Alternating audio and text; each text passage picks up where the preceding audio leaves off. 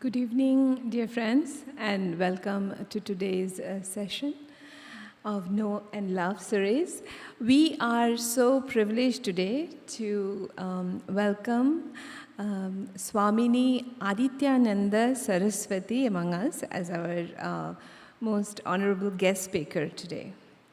Throughout her life of service to humanity, Swamini Adityananada Saraswati has worked from the ground level to the United Nations and World Bank levels, addressing climate change, hunger, water scarcity, violence, global poverty, interfaith harmony, and other crucial issues.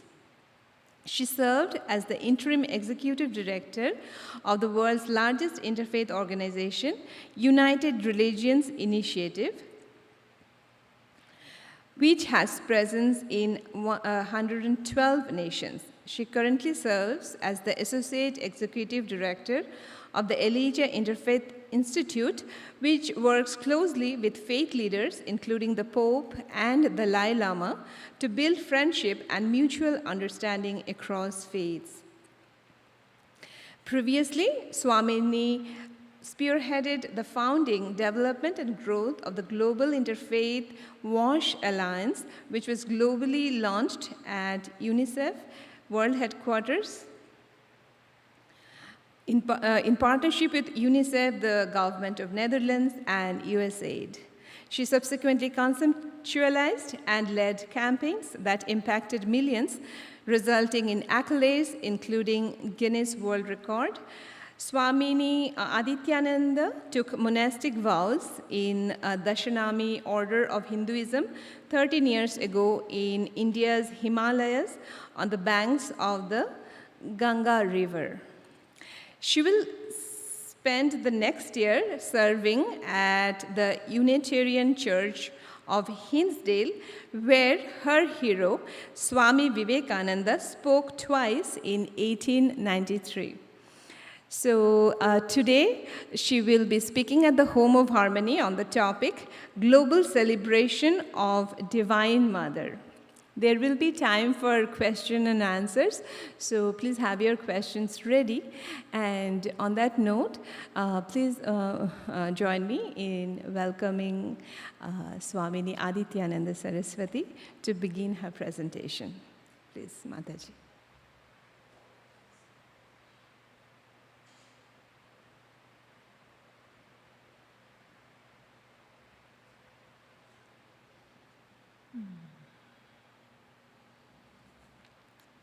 Om Gam Ganapataye Namaha. Om Yadevi Savabhuteshu Shakti Rupena Samstita Namastasye Namastasye Namastasye Namo Namaha. In the beginning, when God created the heavens and the earth, the world was a formless void, and darkness covered the face of the deep. So says the Bible's book of Genesis. In the beginning was Divine Mother.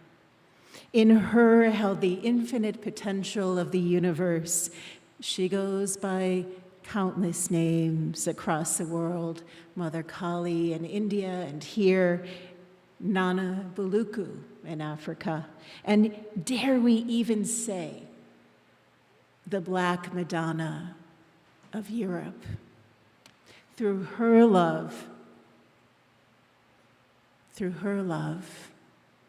like in the God of Genesis, in the beginning there was one, from which many ultimately came, and it was beautiful, and it was good.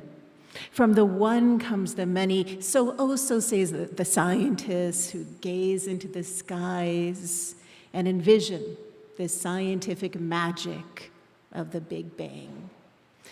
So also say the Maharshis, for whom the secrets of the universe reveal themselves when they are deep in meditation. The secrets of the universe reveal themselves with eyes wide shut.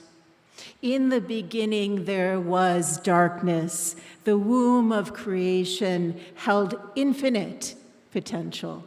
Time did not exist. Atoms did not exist. Yet in the void was a tiny, tiny mass.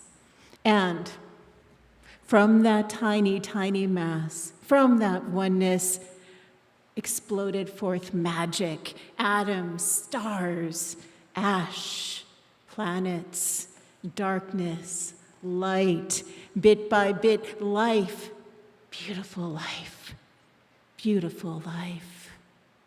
Singing, Ya Devi Savabhuteshu Shakti Rupena Samstita Namastasye Namastasye Namastasye Namo Namah. Divine Mother is the light. She is the darkness and everything in between, formless and with form. And today, in her divine season, let us celebrate her. Let us celebrate her as she appears on 4 continents. The mantra I just sang refers to Divine Mother as Shakti, or the electric-like energy that animates all of life, the universe, all there is. Said Swami Vivekananda Ji, Kali is the Divine Mother of the universe who is embodied in herself. Creation and destruction, love and terror, life and death. And that reminds me of a story. Can I share a story with you?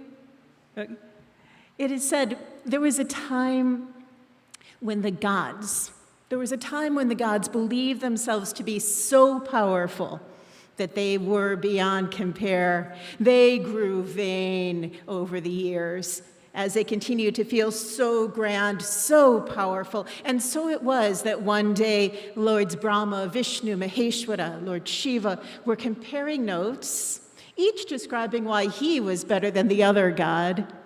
So engrossed were they in this debate that years turned into centuries. Nothing was born, nothing flourished, all was neglected, nothing even died. And so the people and the creatures of our planet cried out for help. They prayed in desperation, for things were becoming very, very desperate as those gods were arguing about who was greater than the next. So one day, while the gods are at it, arguing away, a little girl, maybe this tall, not very tall, very cute, with cute little braids, adorable little dimples, white, perfect smile, maybe 5, maybe 4 years old. She appeared and came out of the woods, came out of the garden, what have you. She appeared to the gods, and the gods laughed because she was really cute. Mr. Gods, she said, Mr. Gods, with a little curtsy and a flutter of her eyelashes, can you please help me with something, Mr. Gods? The little girl said. Sure, little girl, said Lord Brahma, in his benevolence, because he is very kind. And so Lord Brahma said, what is it that you need? And she said, here, this little blade of grass. I need help just bending it for a little art project that I'm doing. Can you do that, dear Lord? Can you please help me, dear Lord?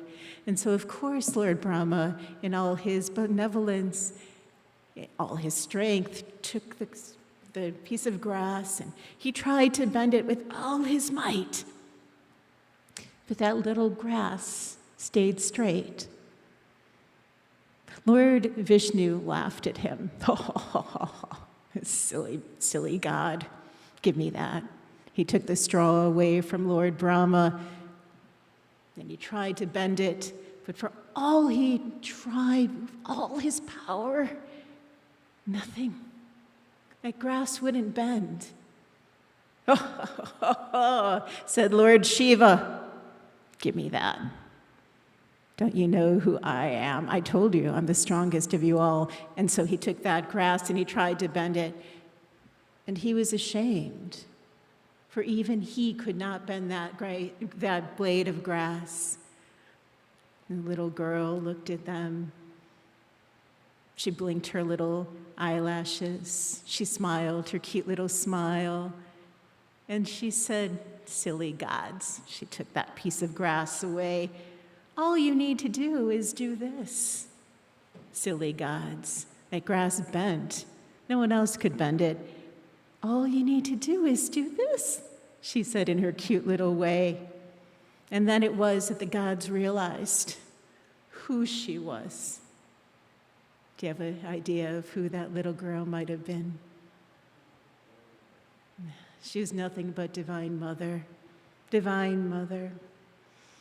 And the gods had tears in their eyes, and they bowed down to her in all their reverence, and they sang, "Ya Devi Savabhuteshu Shakti Rupena Samstita Namastasye Namastasye Namastasye Namo Namaha." Shakti, the energy that enables us all to live. Shakti, as Divine Mother dances her eternal dance of life and death. It is Shakti. Here in her form of Mother Kali, if you could show that form for us. Yeah. See, Mother is dancing that dance on the body of Lord Shiva, her consort.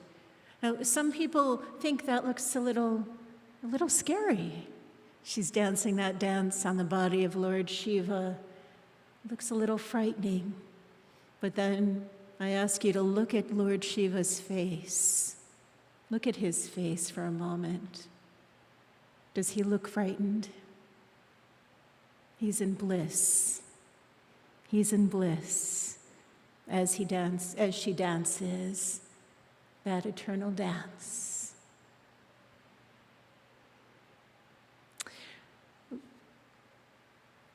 Ramakrishna Paramahansa had a very special first darshan of Mother Divine when she appeared to him. And later on, he talked about what happened.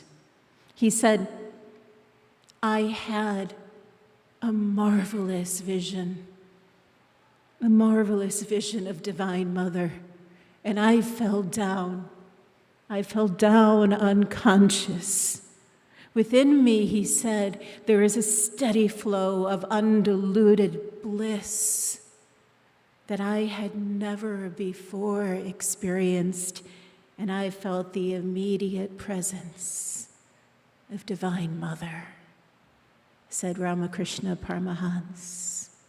With her grace, with her Shakti, even humans, mere mortals like you and I, can feel that great bliss as they close their eyes to the external light and meditate with love, with deep love.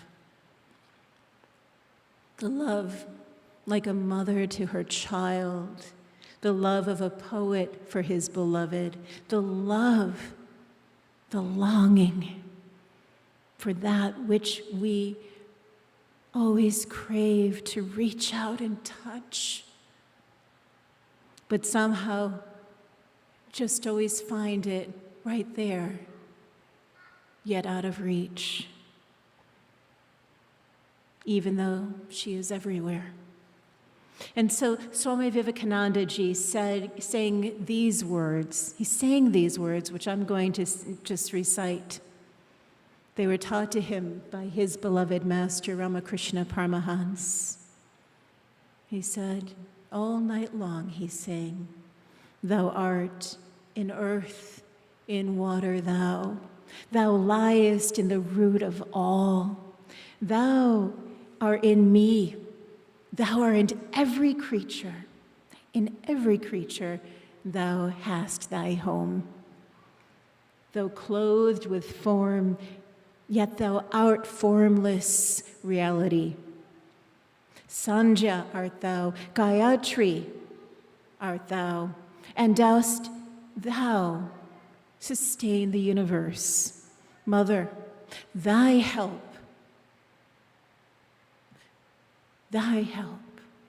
art thou. That help coming from you, of those who have no help but thee. O eternal, O beloved of Lord Shiva.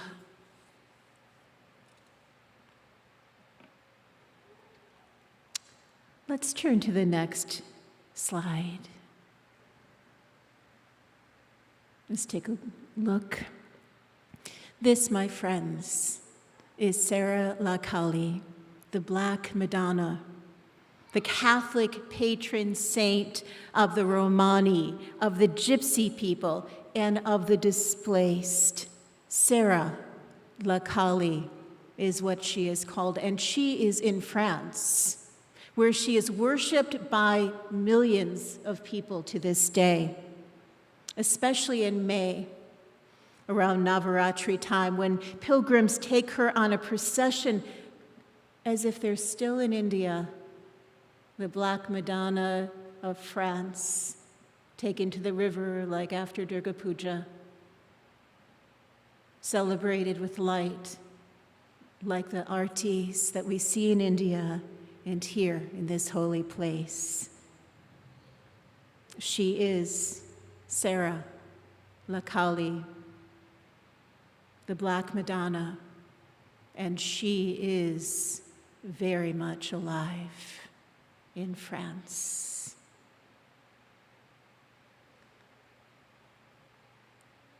Here too, in Poland, another Black Madonna is worshipped. Her story spans the centuries. Today, she is known as a patron saint and protector. She was even crowned as Queen of Poland. Her story spans the centuries. Today, she is known and loved by millions who make a pilgrimage to her every year to the monastery where she's housed, where she actually is veiled by cloth all day long except 2 times a day, when the people can see her, glimpse her divine form, pray for her blessings, pray for the miracles, because she is known for the miracles that she brings. I'm sorry, let's go down a little bit. There she is, there she is.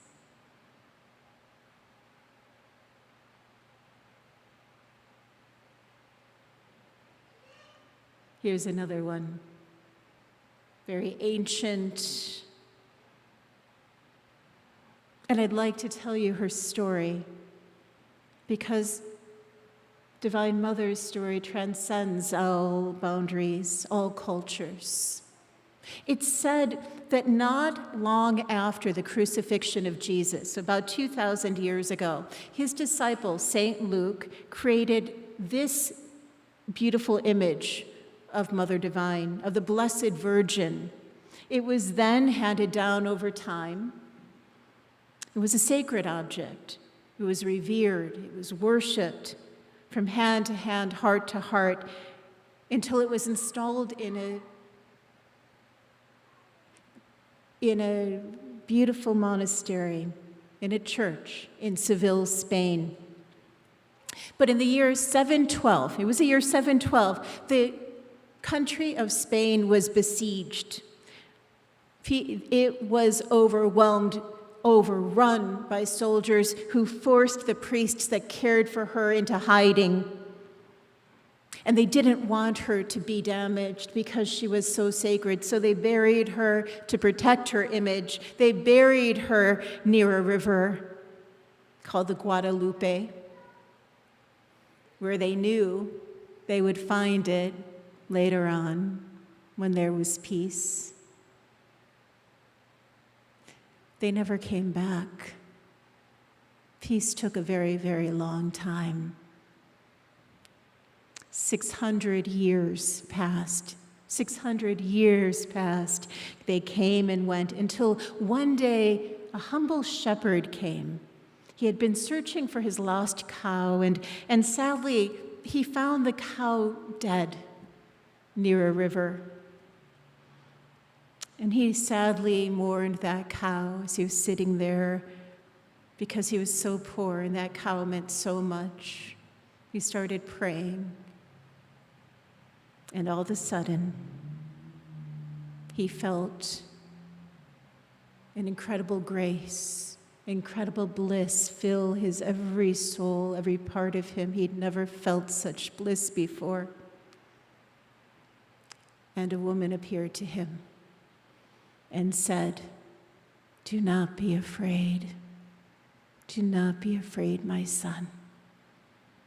I am the mother of God, Savior of the human race. Tell the priests what you have seen." She then told the shepherd to tell the priests to dig up the place where she was standing, and they would find her image. And so, as she said, the priest came. Her ancient statue, which we just saw, was found near the river, exactly where that cow had died and had come back to life, because Divine Mother is all grace, and she brought back that animal to life to make her son happy. There on that spot where that statue was found, that murti was found, a shrine was built, and then a grand royal monastery was built to Santa Maria de Guadalupe in Spain, for that is what they called her, Santa Maria de Guadalupe. Santa Maria. So now, let's travel 300 years or so later across the Atlantic Ocean to a place that would one day become Mexico City. At that time, in that place, when there was no Mexico City, an indigenous man named Juan Diego was walking home from his church past a mountain called the Tepeyac. He was poor. He was illiterate. He didn't dress very well. No one thought very much of him. But Mother did. All are her children. And she loves humility. And she loved his worship. So there, a woman appeared to him, shining like the sun, filling him with a feeling of divinity, a feeling of bliss. She blessed him and told him, "Build a chapel, my son, on this spot. Build a chapel, my son, on this spot, so that I can bless and heal all souls who need me." Juan Diego was thrilled. He was beyond thrilled. He was in ecstasy. He was in awe, and so like Ramakrishna Paramahansa, when he would drunkenly walk with the bliss of God within, he walked back to his church, and he tried to talk the priests into building a little chapel where he saw Divine Mother, and they just laughed at him. He was just a peasant without position. But like the man whose cow in Spain was resurrected years before, hundreds of years before him, he saw her. Skeptical bishop said, "Show me a sign."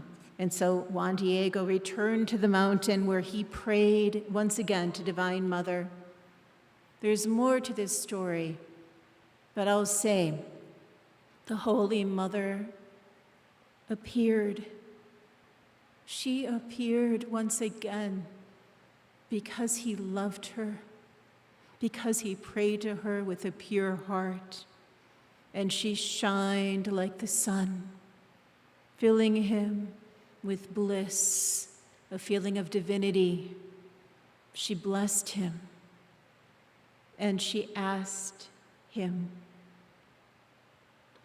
"What can I do for you, my son, my precious son?"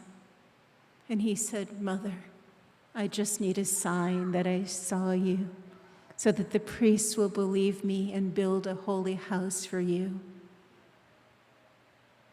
And here is what Divine Mother said. Here is what the Holy Mother said. I invite you to close your eyes if that feels good to you and envision these loving words that were said by Mother Divine to Juan Diego all those years before.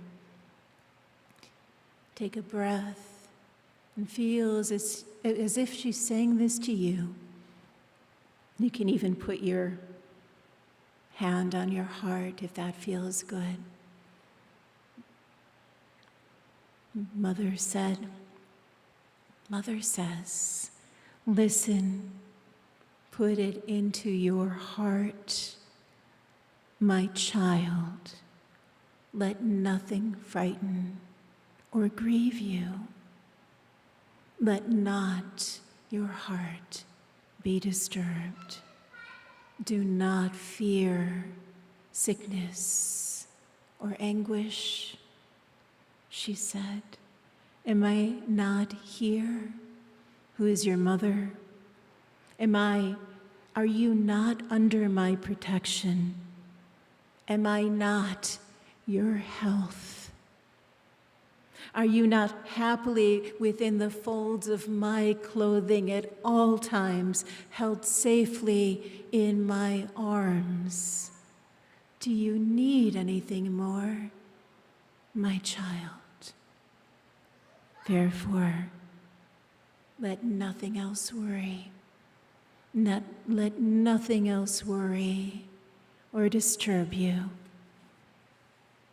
So said Divine Mother, whose words radiate to this day. For I believe she meant them to be heard by you right now. Right now.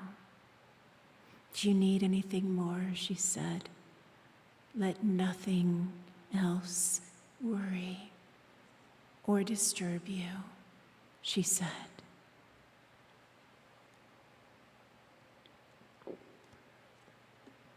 So there's a beautiful ending to this story. On returning home, Juan Diego was pretty nervous because he had left his very sick uncle all alone. He had been taking care of him, and everyone knew his dear beloved uncle was dying. But when he got there, his uncle was fine.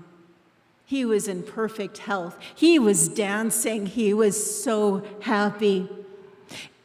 And so Juan Diego said, "Uncle, what happened? You were dying when I last saw you. I didn't think I'd make it back in time to see you." And he said that he too had been visited by the Holy Mother, who appeared to him, shining like the sun, filling him with the feeling of divinity. She blessed him. She healed him. And he asked her, "Who are you? Who are you?" he asked. She said, "Call me Santa Maria de Guadalupe. Call me Santa Maria de Guadalupe," she said. There she is, Santa Maria de Guadalupe, the same name that the Holy Mother is called in Spain. Today, on the mountain where this indigenous peasant was graced by the vision of the Holy Mother, this is one of the holiest shrines now in that place, called the Basilica of Our Lady of Guadalupe. Perhaps some of you might have heard of it. Has anyone heard of it? The Basilica? You over there? Yeah. It's visited by millions of people every year who journey to Mexico and journey from throughout Mexico for blessing, for healing, for that feeling of love, for Mother Divine. Mother is everywhere. She has no limits, no boundaries, no borders. She'll make sure that we all have the opportunity to love her and be blessed. Divine Mother is the light. She is the darkness and everything in between, formless and without form, formless and with form. And we thank her for her love on this special day when we're all together to remember her with the sacred presence of the Masters. We remember her. Across the world, Divine Mother is known and loved by so many names. So let us take a journey for just a moment to Africa, where Divine Mother is worshipped under a different name. And so I begin again by saying, in the beginning, when God created the heavens and the earth, the world was a formless void, and darkness covered the face of the deep. In the beginning was Divine Mother. In her held the infinite potential of the universe. Her name, revered to this day across much of Africa, Brazil, the Caribbean, and elsewhere, is Nana Buluku. Nana Buluku. Through her love, many people of African heritage say, Nana Buluku created the universe. Nana Buluku, through her love, in Africa, in Brazil, the Caribbean, and elsewhere, is the Divine Mother who bore life to this world, this universe, and all that we know, all that we love. Let us remember her. A beautiful manifestation of love itself. And so we're going to hear a little music, and I invite us to meditate for a few minutes with me in a very special way. As the music plays, just feel free to follow my words. You can go ahead. Feel comfortable. Feel free to move your body a little bit. You can roll your neck if you'd like, your hands. Let your eyes fall shut if that feels good. Or let your gaze grow light. You're safe here as we journey together. Imagine you are at the point of creation. All around you is darkness. You are held in love, surrounded by all that is good at this time of creation. Breathe in a nice deep breath and feel infinite space fill your lungs as you feel your body expand and contract, expand and contract as you breathe in and out like the universe.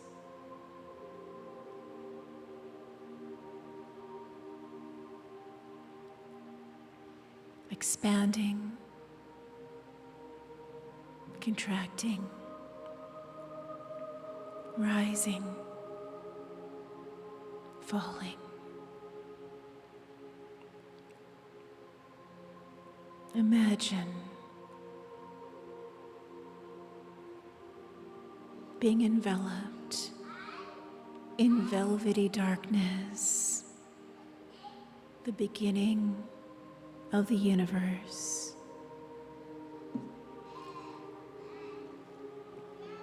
Before the universe began, as Divine Mother takes her breath in and breathes out through her act of creation.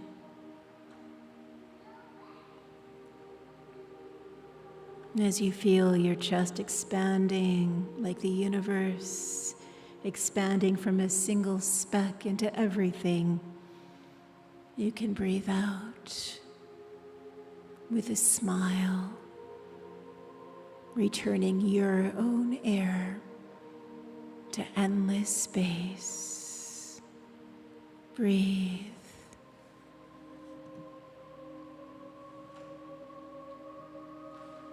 Reflecting back life itself.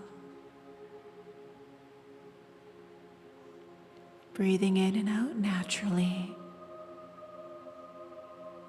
Follow the rhythms of your breath.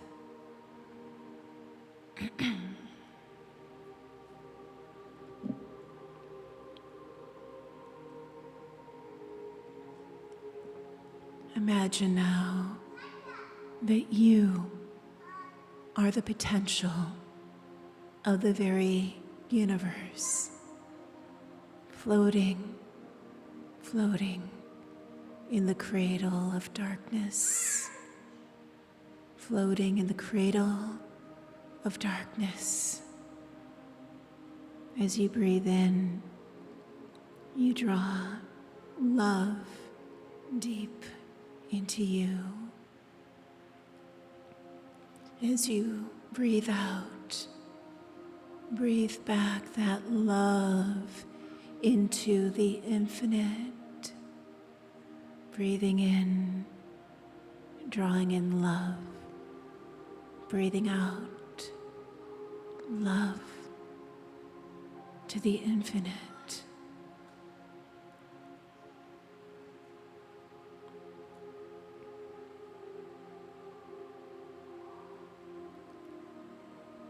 Remember, you are inseparable from all creation. You're made of stardust, more ancient than the universe. That spark of creation has become you.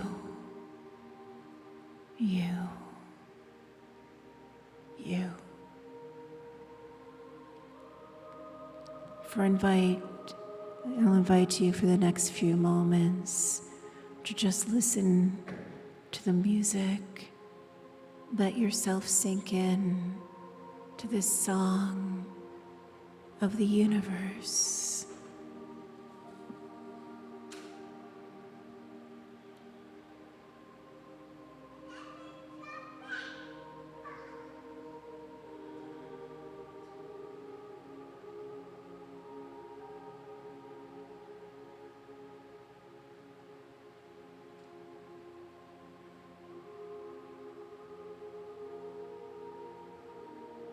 You are the miracle. You are the blessing. You are part and parcel with the darkness, with the light, with the velvet darkness, the beautiful lights of God, of Mother, of the universe.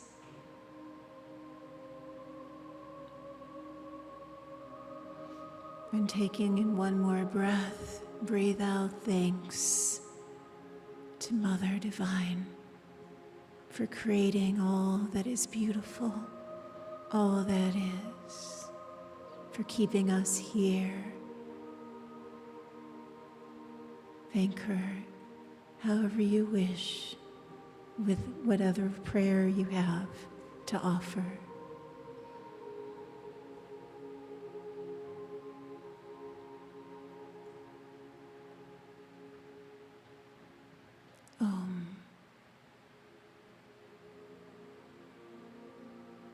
Amen. And feel free to rub your hands together, make them nice and warm. And as you can, put them over your eyes and just feel that warmth. And you can open your eyes. And when you're ready, drop your hands in humble pranam to Mother Divine, to God, the God within you, the God within all.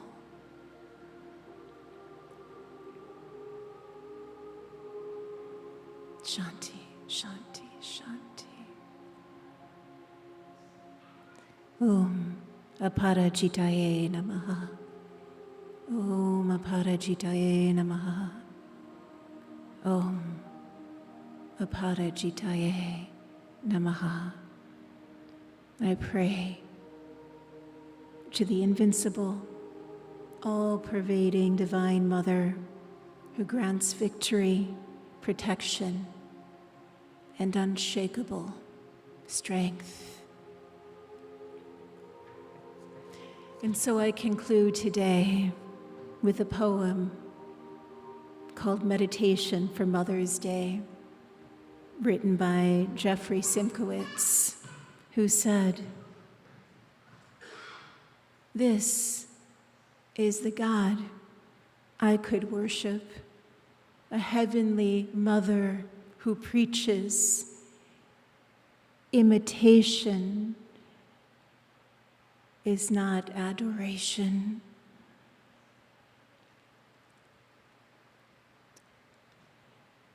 Who seeks in all creation the indivisible smiles of her children, our Mother. Holy wisdom draws one breath, and even we who are miles away are warmed by her glory of her inspiration. Our Mother, holy wisdom, reaches out, and even we, locked up against ourselves, are immersed in the blessing of her embrace. This earth is her body, and we, children of the earth, are her children. It is really as simple as that. Let us honor our Holy Mother by loving our bodies, made in her own image, by loving one another as she has loved us, by loving this earth, our beautiful, our eternal home beyond this earth, where the stars sparkle, the dark void of her loving embrace. Om Shanti, Shalom, Salam. Amen. May Divine Mother bless you, and in turn, may you be blessings to this world. Hari Om Tat Sat. Thank you for listening to my words. Oh, yes, please. Would you like to? Yes.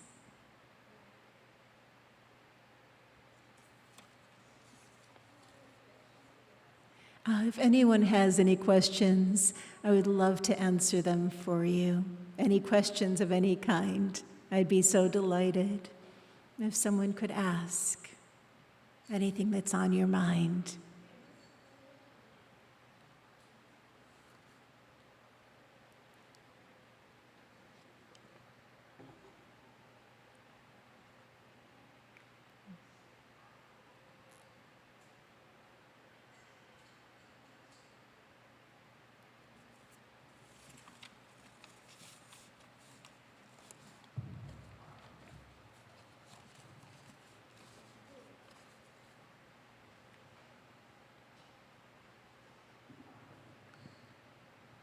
Thank you very much. Beautiful lecture as well as the meditation. I have two questions actually. Yes. May not be related, may be related. First question is, how to be a good kid? Like you said, Divine Mother and we are all her children. Seems like some are favored than others. Seems like. But if we want her grace and her glory and her kind-heartedness shine on us, which all of this shines, but be purposeful in that way. What should we do? That's first question. And secondly, second question is, you mentioned about Divine Mother as all around the world, different forms of her. There is the philosophy we have in Hinduism, which I'm sure you know, is the Advaita Vedanta. And Advaita Vedanta has a thing like Brahman, which is Brahman is Satya. And everything is Maya or Mithya. And sometimes Divine Mother is considered as Maya, which means she is Mithya. What she is not, she's not revealing the Brahman, is what is being said. The funny part about it is that Adi Shankaracharya, who is the founder of the monastic order and Dashanami Akhada, where we belong,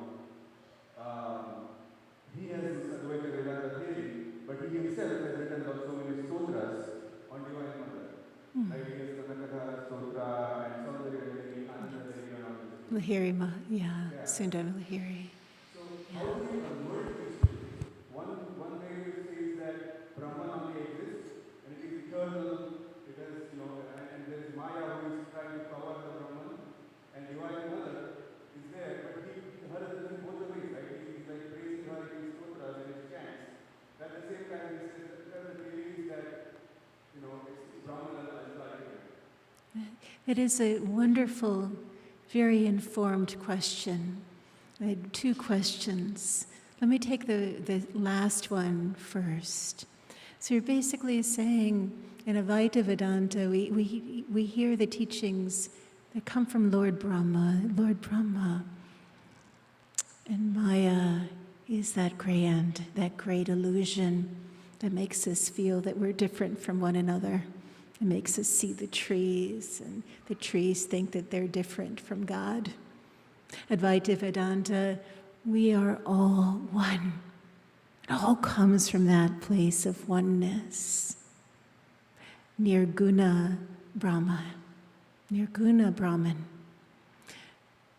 God without any attributes at all. No gender, no name. We can say Brahma, we can say Brahm, we can say Brahmi, Maheshwari, Kumari, Sundari, as they say in the Khatkamala. Because there is no name, no gender for all that there is and all that there isn't, for that without form.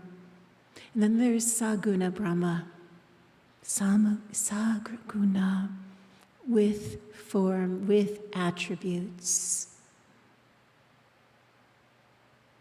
God, as we see Mother Kali, as we see Lord Brahma, as we see him or her in any way that we want. You see, the reason I believe there are so many manifestations of the divinity is because we see divinity in so many different ways. Each of us has our own mind, our own imagination, our own bhav for God, our own way of seeing or not seeing God. Some people don't want an image whatsoever. Right? That's what Vivekananda ji said, when he was much younger. He didn't want to worship Mother Divine. He thought it was a little bit silly. But Ramakrishna Paramahansa said, there's something more there. There's a love there that you can know.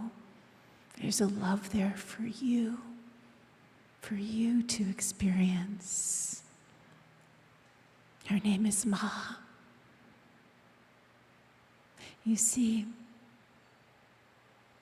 it's also my belief.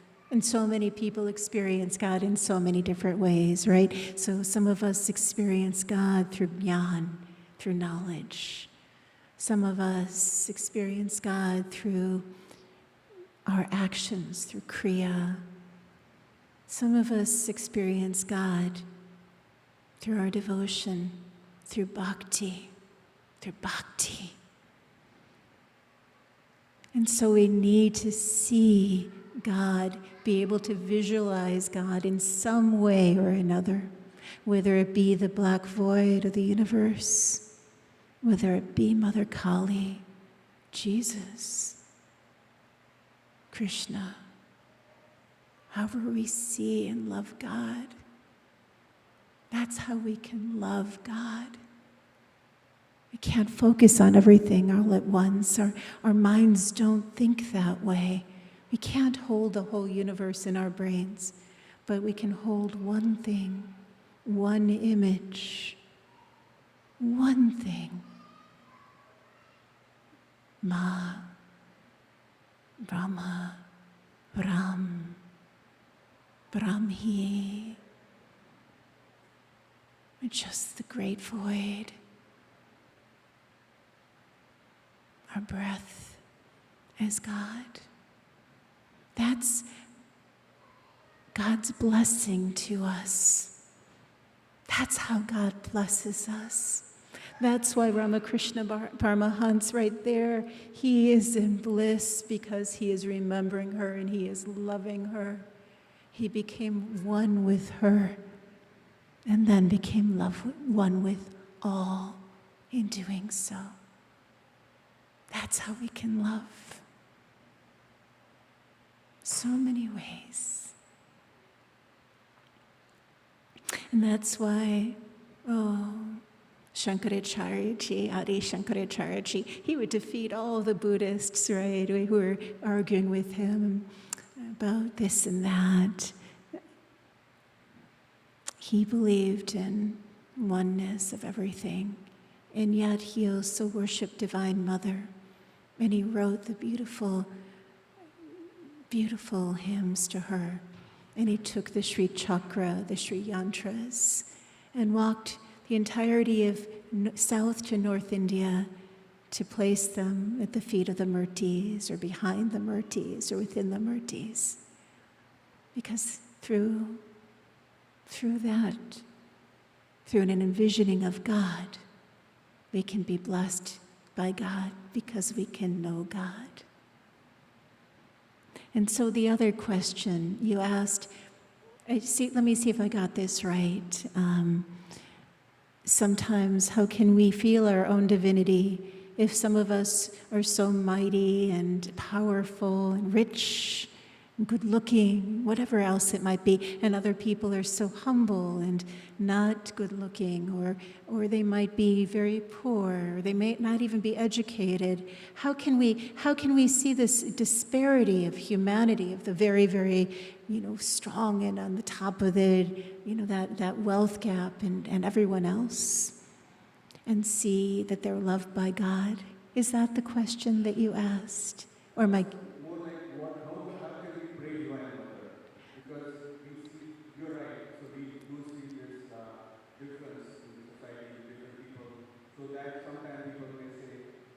Divine Mother has blessed this guy more than me, maybe. Yeah. Something like that.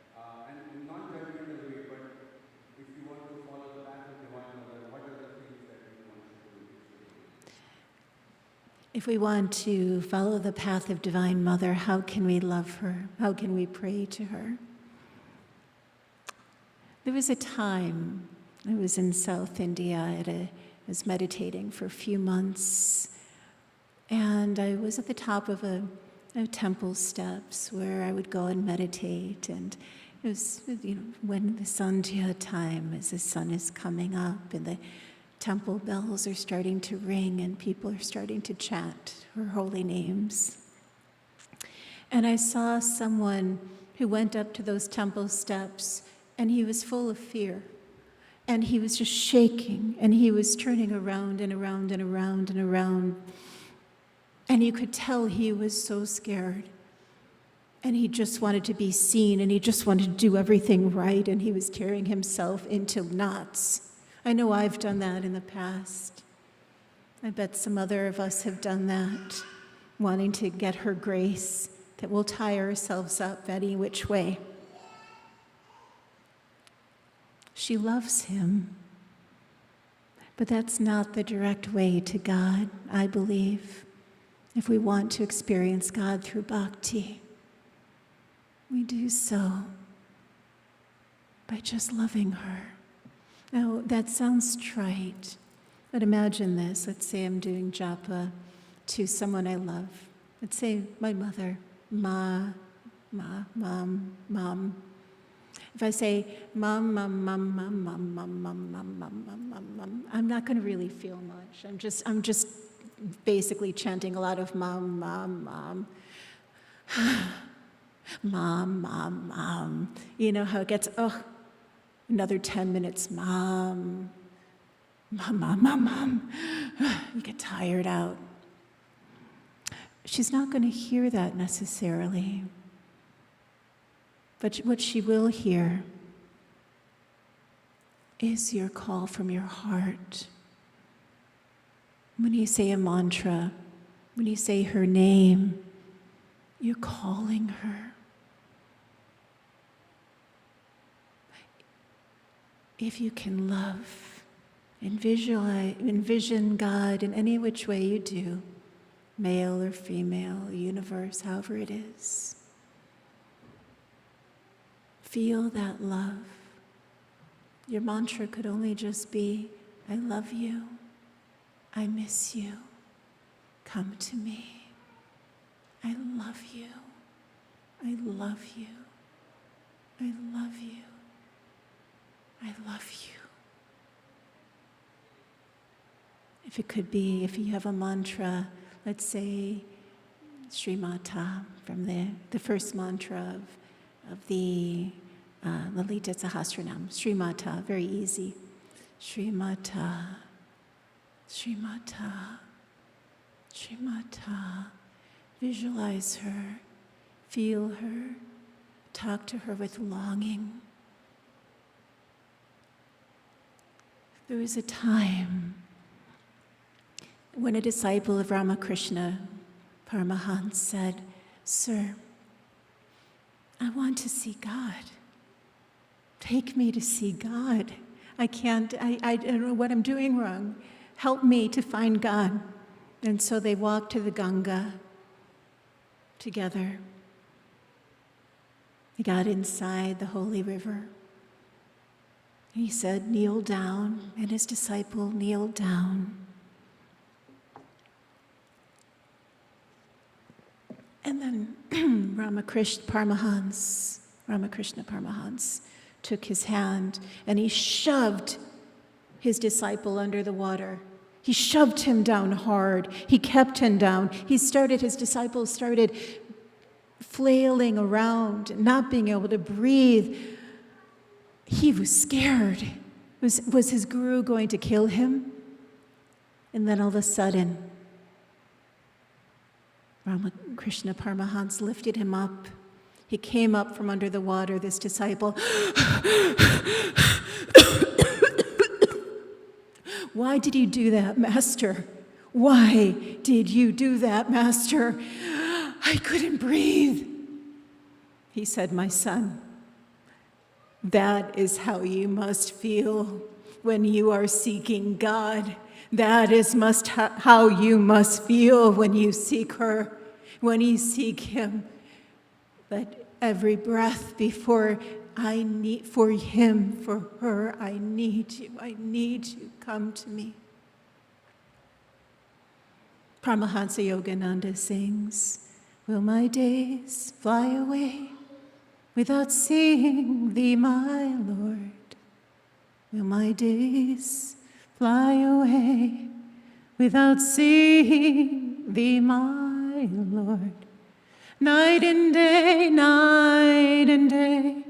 I search for thee, night and day. Wilt thou come, just for once, come to me. That doesn't matter who you are. Who you are is God's own self, God's own child. Love and be realized. Don't let your days fly away. It is real. Last. How many people here have children? Yeah. How many people here have held a baby? Have held it? I mean, everyone here is. I bet you have even held a baby, Mark. You've held a baby, Loretta. Yes, yes. When you're holding a baby and feeling that love, smelling that little baby smell, the baby falls limp in your arms, and together you love each other. Even though no words are said, you speak no language that is the same. That love beyond words is primordial love, the love that created this universe. Feel it for God. Feel it.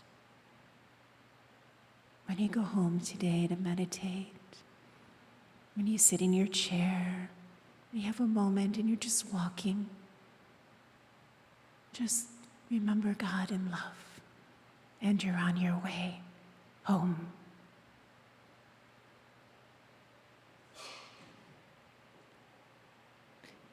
Yes. Jeho. Does anyone else have any questions?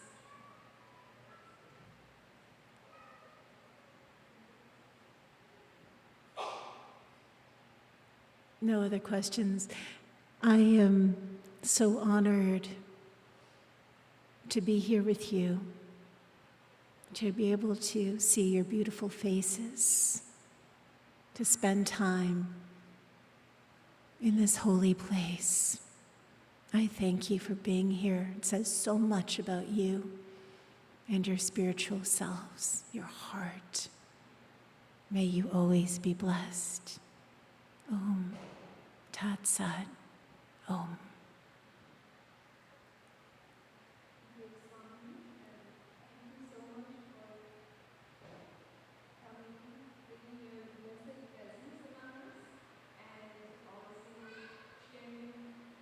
Your wonderful message of peace, love, and sharing the days of divine mother through your wonderful words on behalf of the Vivekananda Society of Chicago and Swamini who unfortunately could not be here today.